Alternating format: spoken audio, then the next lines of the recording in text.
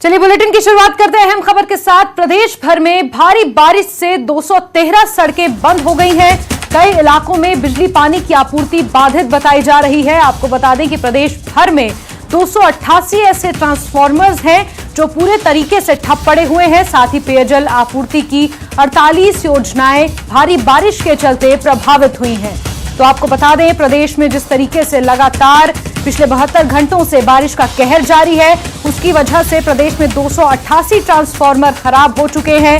200 से ज्यादा जो सड़कें हैं वो प्रभावित हुई हैं। साथ ही 48 पानी की योजनाएं हैं वो भी इस बारिश की वजह से प्रभावित हुई हैं।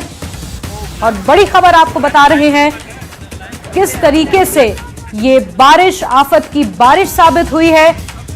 जानमाल का नुकसान हुआ है, पेयजल आपूर्ति का नुकसान हुआ है, बिजली पानी व्यवस्थाएं प्रदेश में ठप हैं। और तस्वीरें आप देख सकते हैं, ये भारी बारिश के चलते तबाही की ये तस्वीरें हैं। पूरे प्रदेश में ये भारी बारिश तबाही का मंजर बनकर आई है। और आपको बता दें कि पेयजल आपूर्ति की 48 योजनाएं प्रभावित हुई हैं। 288 ट्रांसफार्मर पूरे प्रदेश में ठप पड़े हुए हैं। लोगों को बिजली नहीं मिल रही है, पीने का पानी नहीं मिल रहा है। इसके साथ ही 213 सड़कें बंद पड़ी हुई हैं। आवाजाही प्रभावित हुई है, लोगों की दिनचर्या पर इसका असर पड़ रहा है। और हिमाचल प्रदेश में पिछले कुछ दिनों से जिस तरीके से बारिश ने कहर मचाया है, ये उसका नतीजा है कि लोगों को पेयजल नहीं मिल रहा है, लोगों को पूरे तरीके से सुचारू रूप से बिजली उनके घर नहीं पहुंच रही है। सहयोगी रणबीर सिंह ज्यादा जानकारियों के साथ जुड़ चुके हैं। रणबीर, क्या हालात हैं पूरे प्रदेश में बारिश की वजह से, ये हम सब देख सकते हैं। और क्योंकि आज एक अहम कैबिनेट की मीटिंग भी होने वाली है, क्या इस मुद्दे पर भी चर्चा होगी, क्योंकि लोगों का जनजीवन अस्त व्यस्त है पूरे प्रदेश में? जी हाँ, जाहिर सी बात है कि बहुत बड़ी आपदा की घड़ी इस वक्त जो है हिमाचल में है। और ये बता दें आपको कि हिमाचल में अब तक जो है 1200 करोड़ से ज्यादा का नुकसान हुआ है।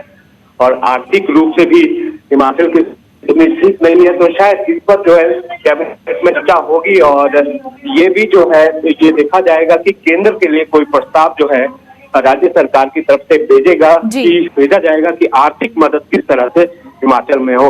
जहां तक आज सुबह 10 बजे की स्थिति की बात करें तो यहाँ हिमाचल में पूरे प्रदेश में जो है 213 सड़कें जो है बंद पड़ी हुई है। 288 जो ट्रांसफार्मर्स हैं वो ठप पड़े हुए हैं। इसके अलावा 48 जो पेयजल की योजनाएं हैं वो प्रभावित हुई है। सड़कों की सबसे ज्यादा बात करें तो मंडी में सबसे ज्यादा 97 सड़कें बंद है, जो मुख्यमंत्री का हल्का है। शिमला में जो है 33 सड़कें जो है बंद पड़ी हुई है।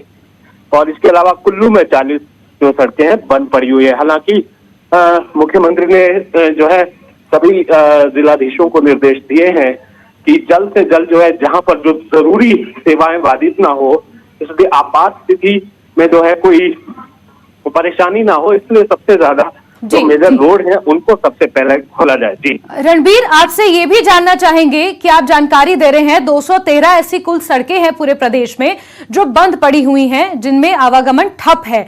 तो उनमें से कौन सी ऐसी मुख्य सड़कें हैं जो हिमाचल को मैदानी इलाकों से जोड़ती है? क्योंकि बहुत सी ऐसी रोजमर्रा की चीजें हैं जिनकी सप्लाई पंजाब हरियाणा से हिमाचल में होती है। ऐसी कौन सी वो सड़कें हैं जहां पर आवागमन बाधित है पूरे तरीके से?